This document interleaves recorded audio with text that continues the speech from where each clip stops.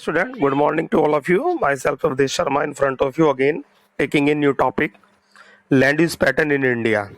Last classes, we have discussed about the land utilization, in which we have discussed about the uses of the land by the different purposes. Now we will discuss new topic, land use pattern in India.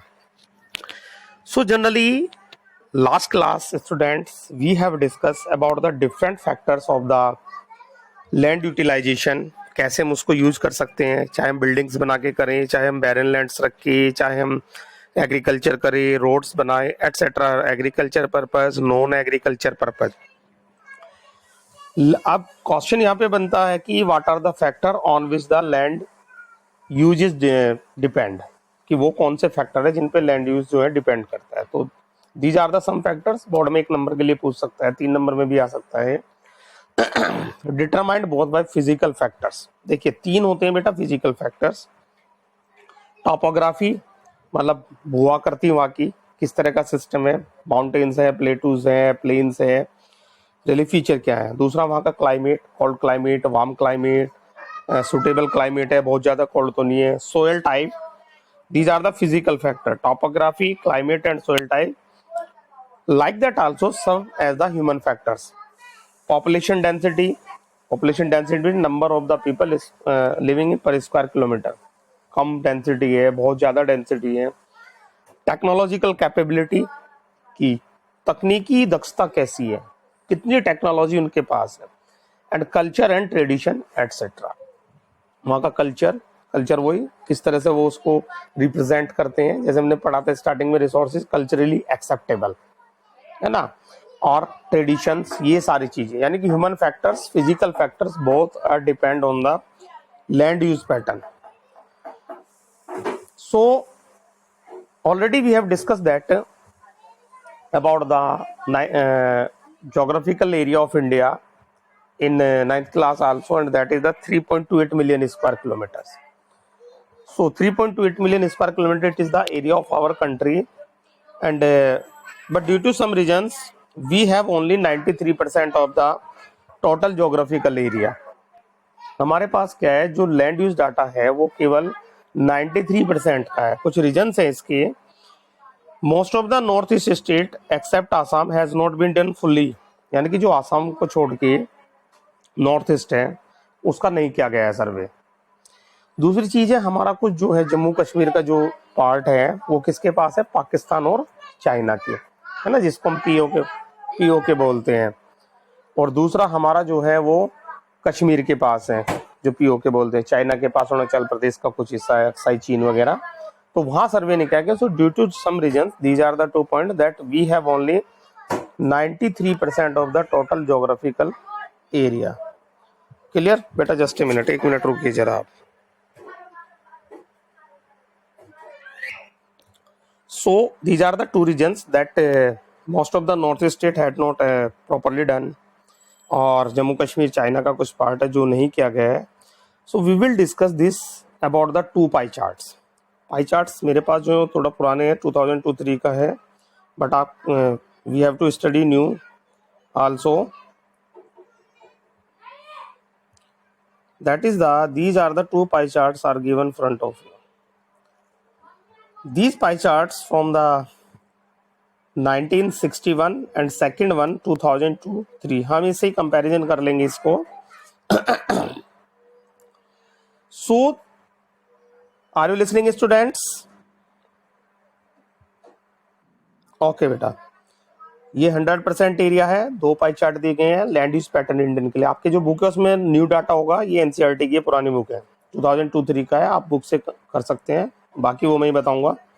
अब देखिए इसमें कुछ categories दी गई हैं by the different colours. Net sown area है, बैरन on Westland है, area non agriculture uses है, permanent pastures हैं, अंडर मिस्कुलेंट ट्री क्रॉप्स हैं, कल्चरेबल वेस्टलैंड है, फैलो अदर देन करंट फैलो है, करंट फैलो और नेट सोन एरिया है.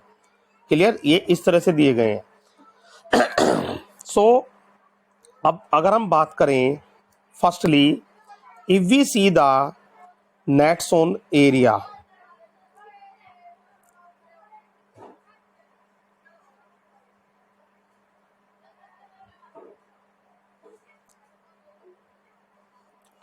So generally, according to these pie charts, the land under permanent pasture has been decreased. Clear, यानी कि जो under permanent pasture land है हमारी वो डिक्रीज हो रही है. So how are we able to feed our huge cattle population on this pasture land and what are the consequences of it.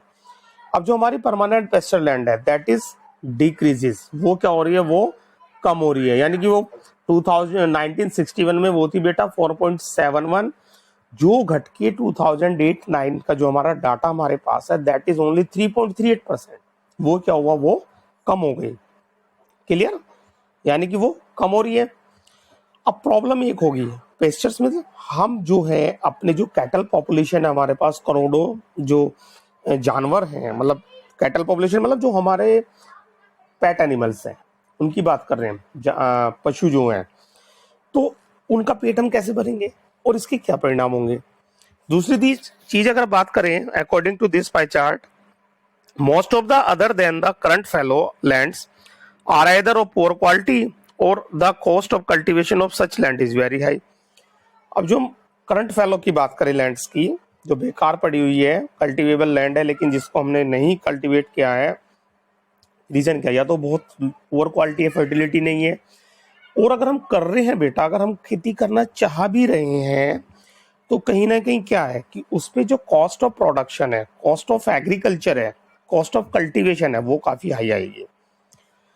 So generally क्या होता है, इस लैंड्स को हम क्या करते हैं, 2-3 बार हम करते हैं, about 2 or 3 years, and if these are included in the net zone area then the percentage of NSC in India comes to about 50% of the total geographical area. net zone area की बात करें अगर हम, net zone area पता ही है आपको क्या होता है, is the area that is sown once in a year. तो इसमें बात करें, area sown once in year is known as the net sown area. According to given pie chart, net sown area has increased. आपको मैं दिखा दूं, pie chart दिखा देता हूं. नेट सोन एरिया हमारा बेटा जो दिया गया है ये है 45.26% इन द 1961. यानी कि 1961 में हमारा जो कुल बोया गया क्षेत्र था वो था 45.6, और अगर इसमें हम किसको ऐड कर लेते हैं, करंट फैलो लैंड को, और उस पर भी कल्टीवेट करते हैं तो ये हो जाता है हमारा that is 50 more than 50%. Just a minute, what? That is more than 50% if we include the 54%. अब इसमें क्या है, 2002-3 का जो डाटा है वो तो कह रहा है कि ये रिड्यूस हो रहा है, 43.41 है, लेकिन जो 2008-9 का डाटा वो में कहता है कि हमारा जो नेट सोन एरिया है that is increase, and in 2008-9 that is 46.24%. यानी कि ज्यादा, इट मीन्स ये क्या शो कर रहा है हमें कि हमारा जो डाटा था 1961 में वो क्या हो रहा है बेटा, वो हो रहा है आपका 45.26% था, और 2008-9 में वो कितना हुआ, 46.24%. तो इट मीन्स क्या मतलब हुआ इसका कि more and more land of being is being brought under cultivation. It means यानी कि हम क्या कर रहे हैं कि हम ज्यादा से ज्यादा जो जमीन है, चाहे वो वेस्ट लैंड है, हमने टेक्नोलॉजी से कैसे भी करके उसको फर्टाइल बनाया. यानी कि हम जो है ज्यादा एरिया जो है उसको किस में ला रहे हैं, कल्टीवेशन में लेके आ रहे हैं. क्लियर हुआ ये पॉइंट नेट्स ऑन एरिया का, दिस इज क्लियर. हाँ, नेक्स्ट आता है आपका, अगर हम देखें, लेकिन पैटर्न की अगर हम बात करें नेट्स ऑन एरिया की, तो it is different from one place to another, because I told you just now it depends on the different factors. Land use pattern different factors पे डिपेंड करता है. एक तो टॉपोग्राफी हो गई, क्लियर, सॉइल टाइप हो गई, क्लाइमेट हो गया, ह्यूमन फैक्टर्स हो गए. तो it is different from one place to play other, state to another. 80% से ज्यादा अगर हम देखें, if you take the example of our nearby state Punjab and Haryana, तो 80% से ज्यादा यहाँ पर जो है नेट जोन एरिया है. It is over 80% of the total area in Punjab and Haryana. क्यों है आपको पता है, वो हमें डिस्कस, एग्जाम में नहीं पूछा जाएगा क्यों है, क्योंकि यहाँ पे क्या है कि फर्टाइल लैंड है, रिसोर्सेज हैं, ह्यूमन फैक्टर्स भी सारे कम करते हैं, हाई पॉपुलेशन डेंसिटी है, क्लाइमेट क्या है that is equable to the growing the crop also, यानी कि क्रॉप ग्रो करने के लिए वो चीज हमारे पास है। पॉपुलेशन डेंसिटी भी है, टोपोग्राफी भी अच्छी है, प्लेन्स है।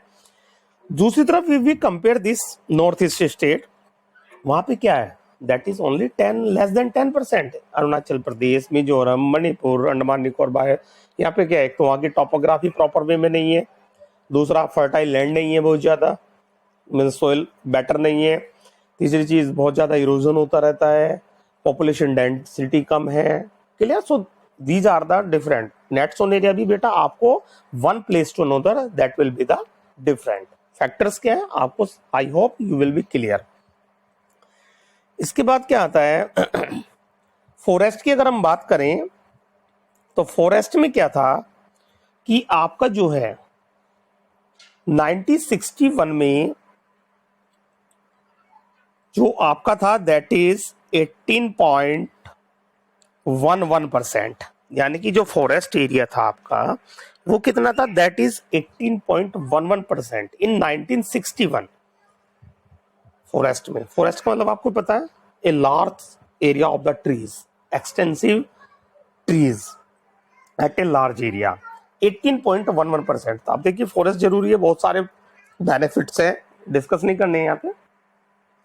फॉरेस्ट ये भी दिस इज आल्सो इंक्रीज 18.11% से अगर हम इसको डाटा करें तो ये दैट इज इंक्रीज 2008-9 में ये बढ़ के हो गया हमारा 22.78। लेकिन साइंटिफिक नॉर्म से, according to scientific norm, it is less than, according to the scientific norm. अब साइंटिफिक नॉर्म्स क्या कहते हैं, देखिए अगर बात करें हम forest self contained economy form, देखिए फॉरेस्ट एक बहुत बड़ा रोल प्ले करते हैं, किस लिए, इकोलॉजिकल मेंटेन करने के लिए। तो ये कहा गया है कि for a good ecological system और इकोनॉमी और proper ecological balance, it is mandatory that 33% area should be under the forest, यानी कि 33% जो है वो किस में होना चाहिए, वो ज्योग्राफिकल एरिया जो टोटल है उसका 33% किस में होना चाहिए, under the forest, to maintain the ecological balance और द इकोनॉमिक सिस्टम और द अदर्स आल्सो। अब 1952 में क्या था, नेशनल फॉरेस्ट पॉलिसी आई थी, ध्यान रखना 1952 national forest policy was introduce इन 1952। बाद में भी इसमें बहुत चेंजेस हुए, आगे आके 1952 में आई। उसी के अकॉर्डिंग ये कहा गया, अगर आपसे क्वेश्चन पूछ ले कि according to which policy 33% area of the total geographical should be under the forest, तो नेशनल फॉरेस्ट पॉलिसी 1952। और you know very well that a lot of people, millions of people depend on the forest for their livelihood, यानी कि अपनी जीविका चलाने के लिए बेटा लाखों लोग हैं जो फॉरेस्ट पे डिपेंड है। और बहुत सारी इंडस्ट्रीज भी उस पर डिपेंड है, वहाँ से रॉ मटेरियल लेती हैं। बहुत सारे लोग हैं, चाहे वो हनी का प्रोडक्शन कर रहे हैं, चाहे वो लकड़ी का प्रोडक्शन कर रहे हैं। Clear? So they stayed in the forest also. Already आपने 9th में सब पढ़ा हुआ है। So it is mandatory 33% should be under the forest. अभी हम उससे पीछे हैं, अभी हमारे पास के ऑलमोस्ट 23% पे है। इसका क्या है कि हमें एफोरेस्टेशन करना है। नेक्स्ट आता है आपका, it is being clear, clear to all, समझ में आ रहा है सभी को? हाँ, अब बात करते हैं हम, ये देखिए अलग अलग है, समझ में आ रहा होगा कहाँ पे क्या है। हम पाई चार्ट से पढ़ रहे हैं। परमानेंट पेस्चर की अगर हमने बात की थी स्टार्टिंग में, मैंने आपको बताया था, फिर देख लेते हैं।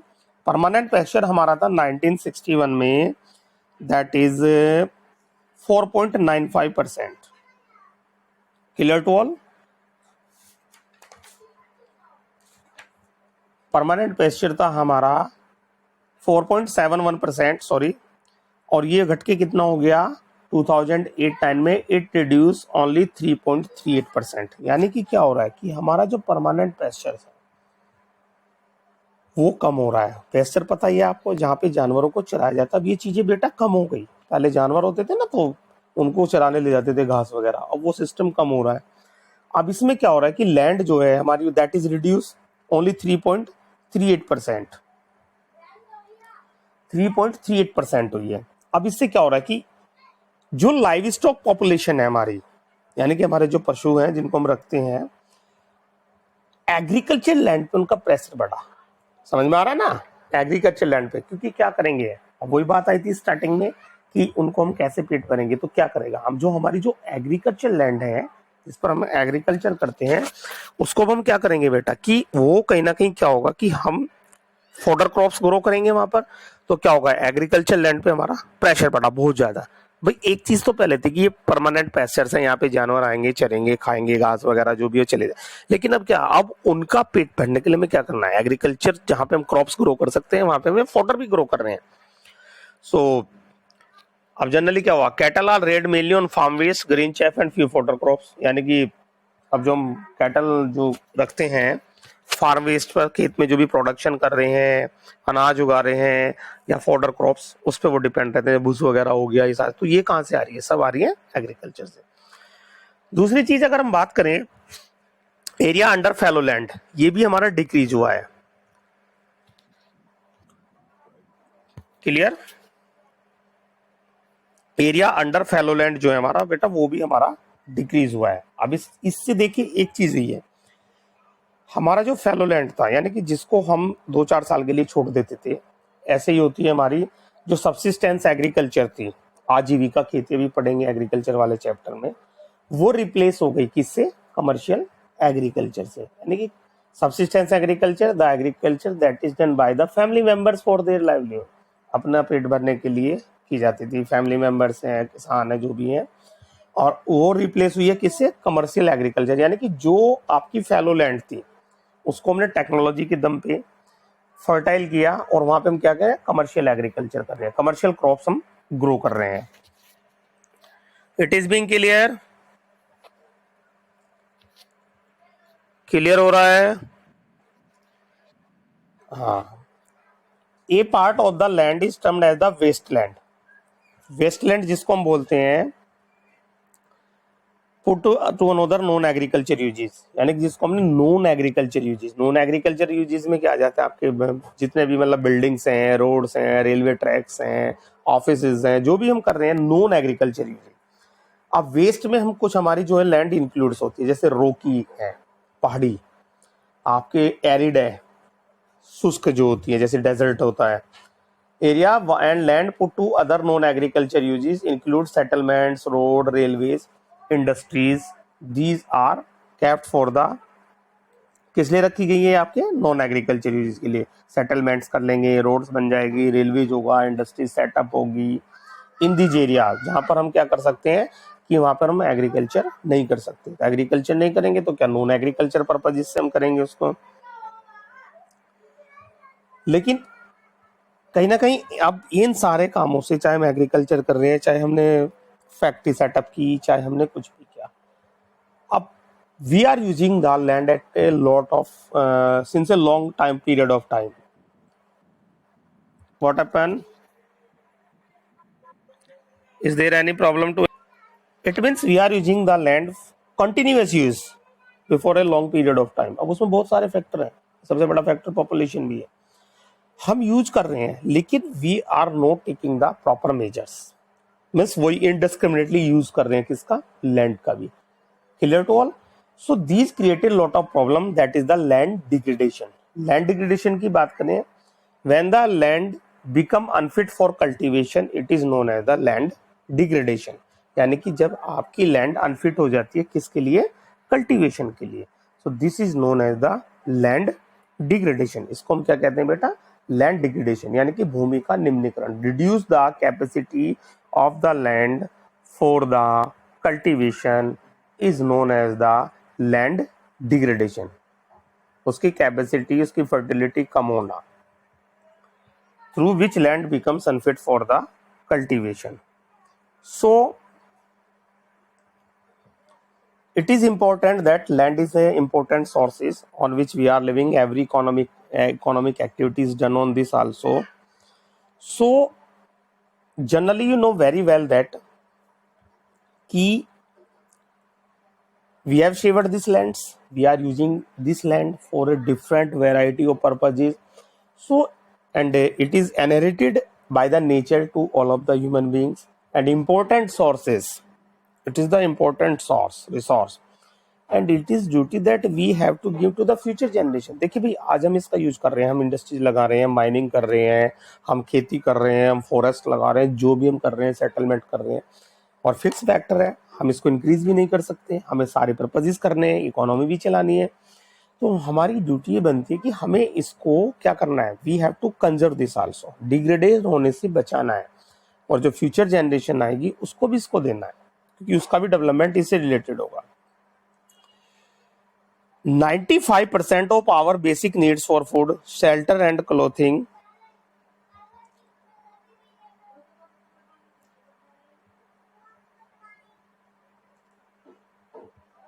are obtained from land।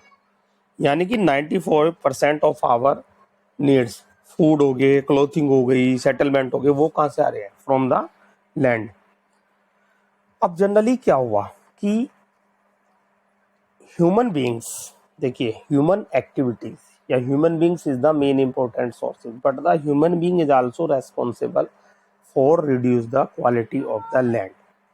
यानी कि ह्यूमन बींग ही सबसे बड़ा फैक्टर है किसका, कि जहां से हमारी जो है जितनी भी प्रॉब्लम्स क्रिएट हो रही है वो कौन कर रहा है, ह्यूमन बींग ही कर रहा है। डेवलपमेंट तो किया, लेकिन साथ साथ कुछ प्रॉब्लम्स भी है। Personal greed have degraded this natural environment to great extent. The human activities also aggravate the pace of natural forces to cause damage to land.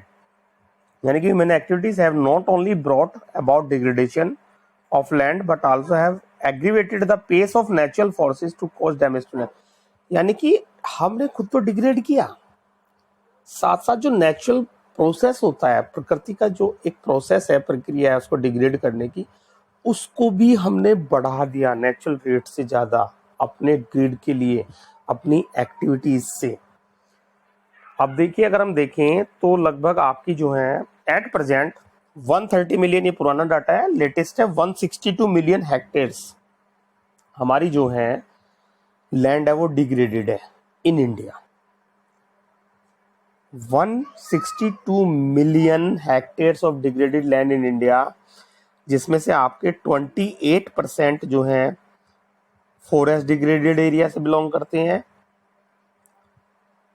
56% जो है आपकी वाटर इरोडेड एरिया है, वाटर यानी कि पानी से जो हो रही है, and rest is affected by saline and alkyne deposit. Saline यानी कि जो आपकी साल्ट की मात्रा बढ़, जो हम फर्टिलाइजर वगैरह यूज कर रहे हैं। दूसरा आपकी जो एल्काइन केमिकल्स वगैरह यूज कर रहे हैं। तो activities according along this also, along with this also, ये तो हमारी है, कुछ हमारी ह्यूमन एक्टिविटीज भी है, जैसे डेफोरेस्टेशन है, ओवरग्रेजिंग है, माइनिंग है, क्वेरिंग है। These factors have given a contribution to the land degradation. Deforestation, yes. Some human activities, deforestation. अगर आप पूछे कि what are the factors for the land degradation, so उसमें क्या है हमारा, deforestation, overgrazing, mining, over irrigation, industrialization. These are the 5 factors. One by one we will discuss. ये data दिया गया है आपका वेस्टलैंड का, इसमें आपका जो है वाटर इरोडेड एरिया है आपका, that is the 56%, forest degraded area है आपका, दैट इज द 28%, 6% आपका है सैलाइन एंड एल्काइन लैंड, और 10% आपका विंड इरोडेड एरिया भी है। अब बात करें हम माइनिंग, क्लियर, माइनिंग और एक्सकैवेशन। माइनिंग का मतलब होता है कि धरती जो है उसके नीचे बहुत सारे मिनरल्स हैं, जैसे कोयला हो गया, पेट्रोल हो गया, या जो भी मिनरल्स हम निकाल रहे हैं। अब इसके बाद क्या होता है, देखिए जब माइनिंग होती है, it is the main important factor for the land degradation. अब हो रहा क्या है कि माइनिंग की, खुदाई की, उसके बाद क्या किया कि जैसे वो कंप्लीट हुआ वर्क, तो बड़े बड़े गड्ढे बन जाते हैं, क्लियर। गड्ढे जब बन जाते हैं तो कहीं ना कहीं क्या होता है, माइनिंग साइट्स को जो है खुला छोड़ देते हैं, और उससे क्या, बहुत बड़े गड्ढे बन गए, उससे क्या हो रहा है, लैंडस्लाइड्स हो रही है। लैंडस्लाइड्स होगी तो क्या होगा, आपका जो है लैंड डिग्रेड हो रही है उस एरिया की, यानी कि, और दूसरा जो केमिकल्स है, मिनरल्स जो आ रहे हैं, that is unsuitable for the cultivation also, it means वो क्या कर रहे हैं, रिड्यूस कर रहे हैं किसको, capacity of the fertility of the soil. So बड़े बड़े गड्ढे होना और जो अदर मेटेरियल है जो बेकार है वो निकलते हैं, वो खुला छोड़ देते हैं, वो सारे मिक्स हो रहे हैं, मिट्टी में आके मिक्स हो रहे हैं, सोइल पे मिक्स हो रहे हैं, लैंड पे मिक्स हो रहे हैं, तो क्या कर रहे हैं वो उसको रिड्यूस कर रहे हैं। अब ये सबसे बड़ी प्रॉब्लम कहाँ है, ये आपकी प्रॉब्लम है गुजरात में, झारखंड में, छत्तीसगढ़ में, मध्य प्रदेश में और उड़ीसा में। दूसरी बात करें हम ओवर ग्रेजिंग, ओवर ग्रेजिंग की अगर बात करते हैं हम तो जनरली क्या है,